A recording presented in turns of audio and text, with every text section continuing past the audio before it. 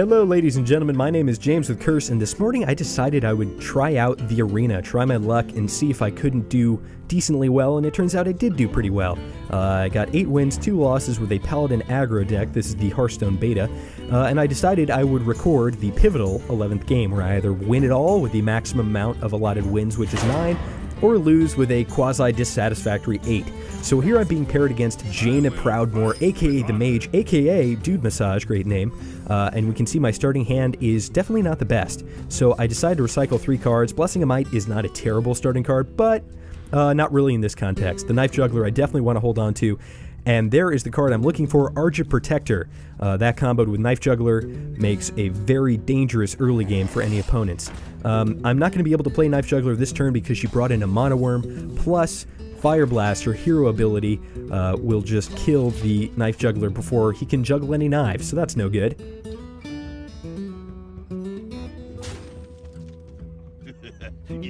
She brings in an Amani Berserker, which is a 2/3 with Enrage. Now what that does is, as soon as it takes damage, it will buff it up to 5. So I decide to just kind of be nonchalant with a 1/1 and not really reveal my plans yet. Now I do have the coin, so I can increase the amount of mana I have for 1 turn, for 1 mana. There she is, Fire Blasting her own Amani Berserker, giving it 5/2, hitting me in the face for 5, bringing me down to 24. And that also brings it in range of Consecration, which is exactly what I'm going to do instead of the whole Knife Juggler Protector combo. I decide that it's looking pretty good for a board clear. It will not kill the Mana Worm, but that'll definitely deal with the Amani Berserker and the lessened Mana Worm. Now you'll see I just drew a Guardian of Kings, which is a very good card to have in a situation like this. Now what that card does, it is a 7 mana 5/6, and when you bring it into play, it heals you for 6, so it's very good to counteract kind of that quick tempo that Jaina is trying to bring to this game, which is really strange because the Mage is a tremendous control hero and not necessarily the best pick for kind of a quick aggro deck. So here I'm bringing in the Knife Juggler, the Argent Protector, giving it the shield so it can kind of throw knives. Now I wish that knife had hit the Mana Worm, but that's okay. It hit the Novice Engineer. And while this is a pretty good setup, the Mage is probably the best equipped class to deal with something like this with Divine Shield because of her Fire Blast. She can just ping it, take that Divine Shield away, and then kill the minion. And the other option she could do is Arcane Explosion, which is going to thoroughly thwart my plan, and 2 will just completely destroy everything except for the Knife Juggler.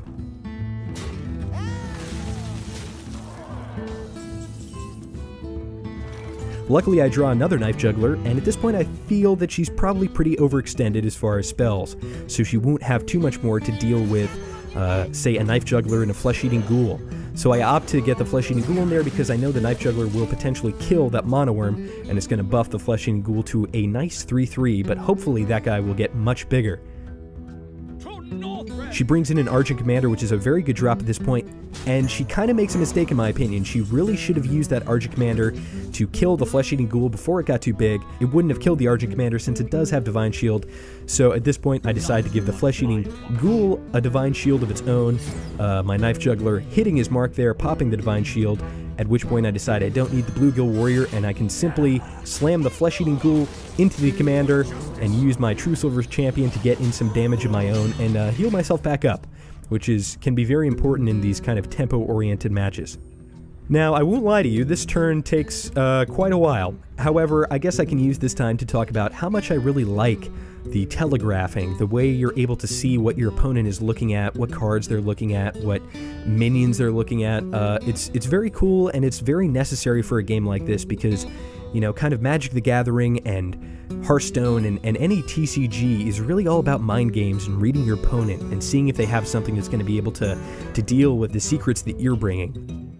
And speaking of secrets, there is a secret which is kind of like a trap card if you've played Yu-Gi-Oh! Here she is really tediously taking her time deciding if she wants to deal with that Flesh-Eating Ghoul. Much to my dismay, she does decide to Fireball the flesh-eating ghoul, which will take care of it before it can get any bigger and be a real threat. I pull a Guardian of Kings, so that gives me 2, and that's a very good situation to be in because I'm at 17 health. Playing it's going to bring me up to 23 and get a nice big minion out there on the board. I attack with my Argent Protector, popping the secret, which is Ice Barrier, so she's going to gain 8 armor, which definitely throws kind of a monkey wrench in my plans, but it will be no problem to burst through and leave me looking in a pretty good spot for next turn. Now, the True Silver Champion did just destroy itself because it ran out of durability, but it was definitely worth its while, and it was definitely a good pick in the draft. I hear you got a problem.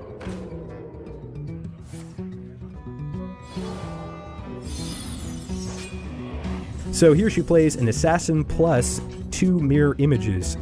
I cannot cast spells with that Assassin, like Humility, and I can also not attack it with my minions until it attacks something else. So I decide to just kind of get a lot of presence on the board. My Knife Juggler hitting his mark there, hitting the Assassin, which is definitely the intended target. Use the Protector and the Knife Juggler to deal with those mirror images, and then I can get a sweet 7 damage in, bringing her to 12, which puts me in a very good position for winning this match. At this point, the only thing I'm really concerned about is a Blizzard.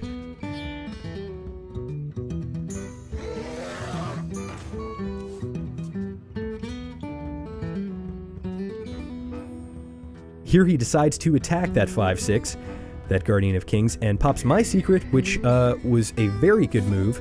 When an enemy attacks, summon a 2/1 defender as the new target, which is going to bring the assassin down to 1 health. I'll be able to deal with it with my 1/1 or my 2/1. It's not really an issue. And doing some quick math at this point, we can see that next turn I will win the game unless she brings out a taunt minion or an ice block or something like that, but I really don't think that's going to happen. So using 2 mana there, kind of definitely telegraphing that I will win next turn, which is awesome, and we can get down to the business of seeing what you unlock when you win 9 games in a row in the arena. Well played. Thank you. So I'll bring in the Nightblade to do a quick 3 damage here and just swing in like a gentleman, not prolonging the match any more than I need to, and there it is.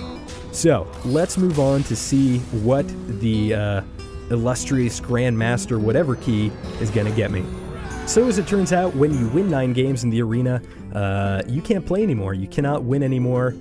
Once you win 9 times, you've completed the arena, so to speak, and you can obviously play again and stuff like that, but you just are left with the only option of clicking the key, which will open a chest, and then you will get the epic loot. The first thing I get is 45 gold, which not too bad considering you get 1 gold to win. Then a pack, then 150 gold, then 90 arcane dust, and then 70 arcane dust. All in all, a very worthwhile endeavor. But if I may, while I'm opening these packs, I'd kind of like to talk about how I'd like to see kind of some more exclusive rewards for the arena. I feel as though, you know, you go in there, it takes a very particular skill set to kind of come out with 9 wins, and I feel like maybe at that point there should be an achievement, which they haven't implemented yet, and I'm sure there will be, or a custom golden card, or something like that, an alternate art card. That's really kind of the rewards that I would like to see from the arena. But anyway, opening packs here, I've got Mortal Strike and Pyroblast in my first pack. Pyroblast is an awesome card if you're making a mage control deck. Next up, I unlock 4 common cards and 1 rare. Noble Sacrifice, Summoning Portal, Ventrico, Mercenary, Fork Lightning, and Vaporize, another mage card. And finally, the last pack gets me 4 commons and 1 rare. Ice Lance, which is an excellent draw, and Ethereal Arcanist, which I have to say, if you're playing a secret deck, is the bread and butter of that deck. Thank you very much for watching. If you enjoyed this content and are looking forward to any other Hearthstone content, please subscribe. We'll be running a lot of contests on our fan site, hearthstone.com, so go ahead, check that out and subscribe, and I look forward to seeing you in Hearthstone. I hope you guys get a key, and stick around because you just might win one. Thanks for watching. Enjoy the game.